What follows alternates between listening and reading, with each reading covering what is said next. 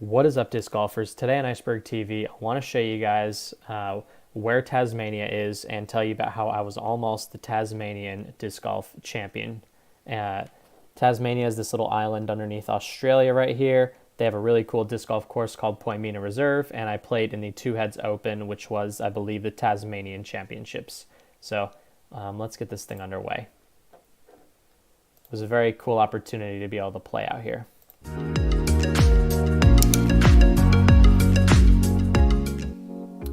So we had Chris Ronalds in first place. I play against him in MPO pretty often. There's me. I was 3 strokes back of him in second place. That's Jareth. And see how he goes. Not sure what he's throwing. We also had Chris Barringer in the field as well. I'm not sure why he was cut off. He was in 4th place. So I'm sitting in 2nd place right now. And I cut out everybody's clips except for mine just so, I didn't want to take too much of Cut Roll Media's video, so I got permission from Oscar to use this footage. But yeah, let's go through my round, and I've come a long way since this tournament, and I think with the skills I have now, I would have been able to win. But let's just point out some of the mistakes that were made. No, he loves his wraith, so maybe it's a wraith. So this was my sidewinder. It wasn't a wraith, so It's flipped up nicely. Definitely, yeah, wow. my It's wraith really straight. should have thrown the wraith. The wraith would have faded out. This is the Poimena hillsides coming into effect. Just, To get that crowd. yeah, definitely. Whoa, Dylan. I was having bad luck on the putting green this day. Like, that was right here does not give an accurate representation of what that putt was like.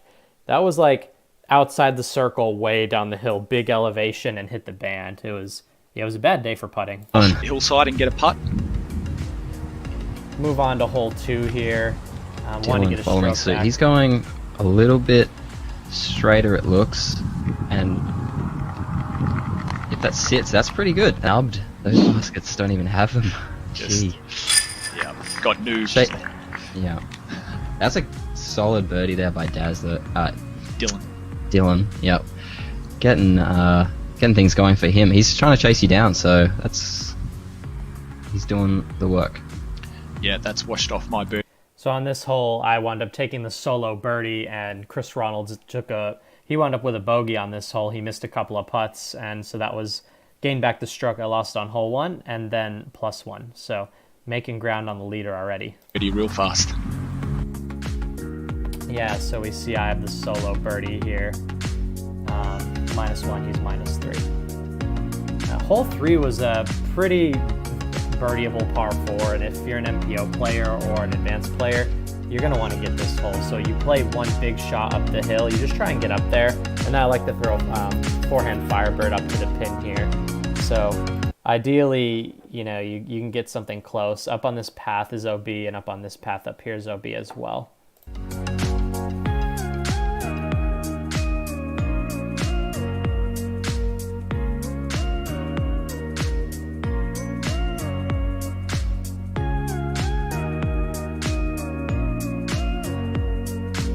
Put my glow wraith up there really well. I was really Sort of happy with that. 15 short, but a good shape, like decent get out of trouble there. Got a putt. This is Dylan's approaching, buzzing the basket. So I could have laid up short. I had never put my drive up that far in the rest of the comp, and the other 2 rounds, I absolutely parked the upshot and just had a drop-in birdie. But for some reason, something in my mind told me that I should run it and put it in, and I almost made it. We'll give that one more look back here. Maybe go back just a little bit more. Sort of 15 short, but a good shape, like decent get out of trouble there. Got a putt. I think this thing missed by like This is 1 Dylan's foot. approaching, buzzing the basket. Almost going long, finding it. Almost. And I got greedy, and I wound up punishing myself and putting my P2 off the cage. Pretty unhappy with that. So taking a par, and that's really like a bogey. You pretty much lose a stroke on the field. So Chris Barringer and Jazz both got 3s. So lost strokes on those guys. They're chasing me down. Hole 4 is literally my nightmare. The first round, I took a quadruple bogey 7. A terrible drive, hit the first tree. Terrible upshot. Then I putted to the basket, and it hit the cage and rolled all the way down. So we have the basket on this little mound here, and then it's a very steep hill. All this down here was OB. So my second shot wound up like somewhere down here. I putted up, hit the cage, it landed in the mulch here, rolled all the way down. So I wound up with a quad bogey 7, and it was amazing. I wound up nailing like 4 circle 2 putts on the next 4 holes to get myself to gain the 4 strokes back that I lost on this hole. So this, I think I was on +7 on this hole throughout the tournament. So this hole is the reason why I did as badly as I did. That hyzer has to get back left, but looks like it just managed to do that. I don't even know why I was throwing a rat. Like, I'm such a different player. Dylan going an interesting one. I haven't really seen anyone do this. This is, I believe, a star rat he's forehanding, so a slow mid-range. I parked Just this trying in to practice with caress the it down the fair. It's an unbelievable shot. Terrible That's shot with the ridiculous rat. to hit the mulch and just sit there from... Should have thrown my berg.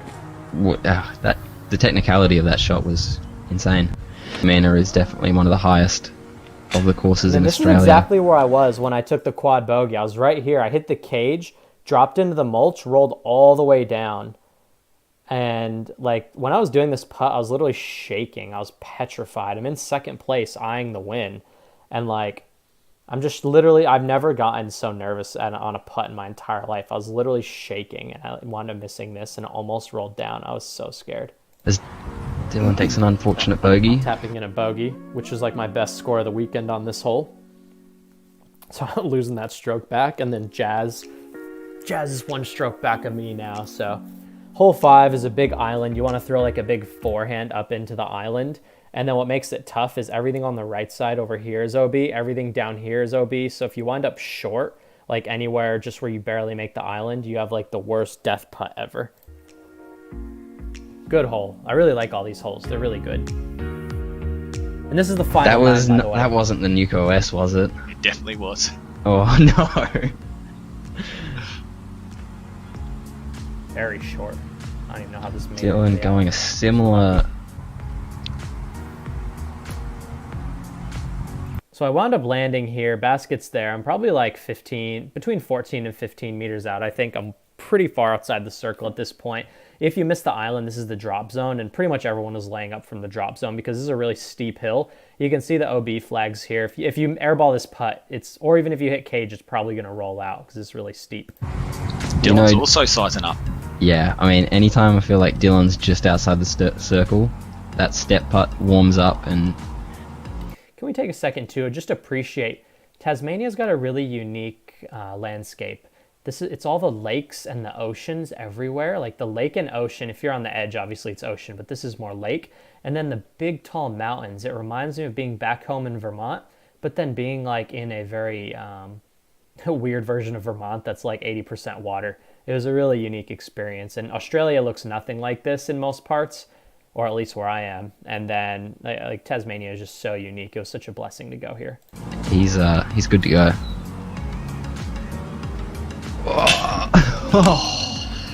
Thought he had it. Warms up and he's good to go.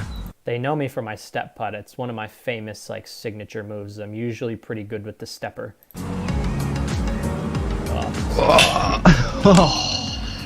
Thought he had it. Would have been so sick. Running it in, just connecting to the band. That's a sick bid. That's not a putt on running. Great guy to play with, so. Yeah, it's the first time I've got to play around with him. Tapping in awesome. a par. Not a bad hole to get a par on, but if you're trying to win, you need to pick up these birdies. Yeah, we see that.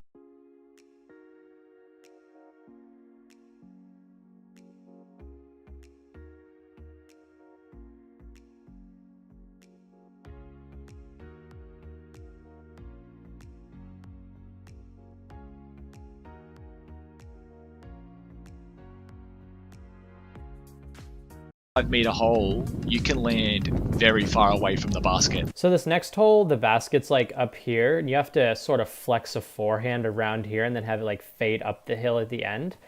I got in the circle the first couple rounds, and I was feeling pretty confident on my Firebird.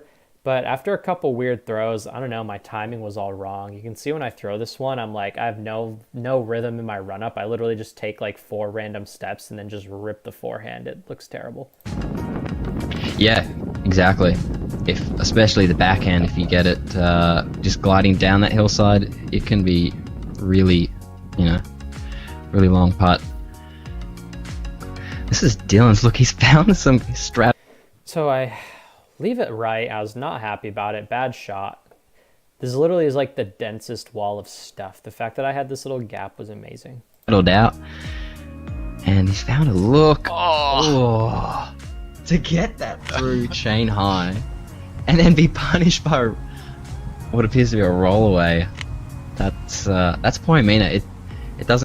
At Poimena, the baskets don't have nubs on them, so if you bounce off the cage, it just bounces clean off. Like if you hit nubs on a normal basket, it'll stop your disc and drop it on the ground like in front of the basket. But because there's no nubs, it just skips off as if it's just like skipping off hard ground or like a rock or something. So I wound up down here for my par. Doesn't really play favorites at all. It doesn't care how good your effort was. It'll roll if it wants to. Yeah, it definitely doesn't play fair.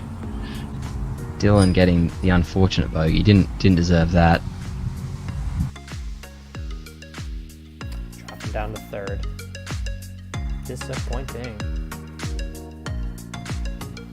Hole 7, you've got to shoot through this like the smallest tunnel in the world, and then the basket's way up on the left here.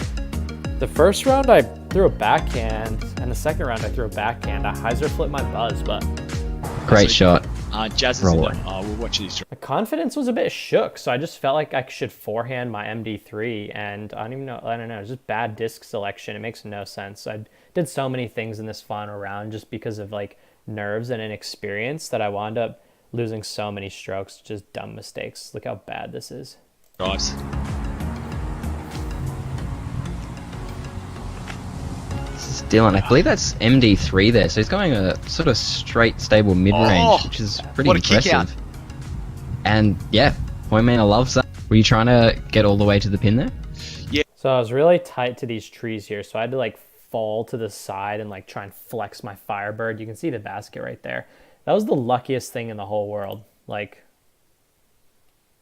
let's just look at this real quick. Great shot. Jazz is Roll in it. we'll watch these drives. Look how lucky this is. I launched it straight into the abyss. Dylan, I believe that's MD3 there. So he's going a sort of straight, stable mid-range, which is pretty what a kick impressive. out. Luckiest man alive. And yeah, Poimena loves So that. silly. Were you trying to get all the way to the pin there? Yeah, I wanted a bit more flex on it.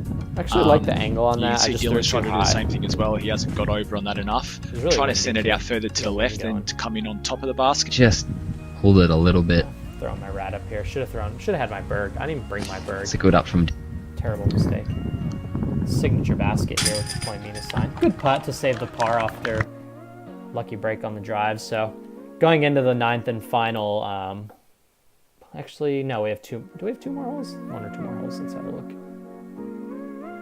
Okay, yeah, we got this hole. I parked it in the second round. You have to just basically throw something straight between the trees. The road plays OB, and then the basket sits up on another one of these mounds. And really the play is just to go straight at it. Like now I would just go with like an FD. I would just throw my night strike. But like back then I just didn't know what to do. I don't know. I've come a long way since then.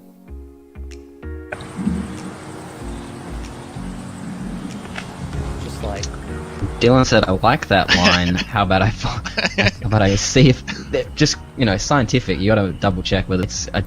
Jazz accidentally grip locked his and threw a hyzer. There is no hyzer line. This isn't the basket. The basket's the one across the road here. And then like I literally just threw the exact same hyzer he did, and I felt so dumb. Like look how bad this shot was. I actually like threw it into this tree right here, like full spike hyzer angle. It was so, it was terrible. So disappointing. Just the amount of grip blockage. Zing. Dylan said, "I like that line. How about I see if just scientific? You got to double check whether it's definitely a death putt green. It's all of the greens here. Technical This one upshot, though. with that I'm happy with that. shot. Sick putt.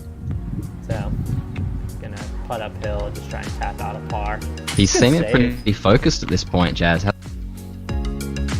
So now those 2 guys are tied for first. I have a grasp on third and pretty displeased. They left the door wide open. This is the last hole here. At this point, I know I'm probably not going to win, but I'm going to try and put my drive out there and give myself a chance.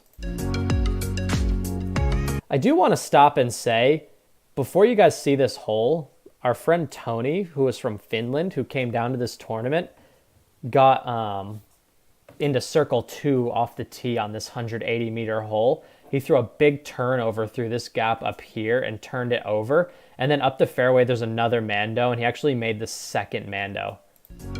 It was absolutely insane. So he threw over the trees. And then let's see if we can see the second Mando. This tree right here is the second Mando, and he got like 25 meters past that. This tree right here, you can see the red thing. He got like 20 meters past this and was like over here, and he had a circle 2 look for an eagle, which on a 180-meter hole, I don't even know how that's possible. Where you want to put it?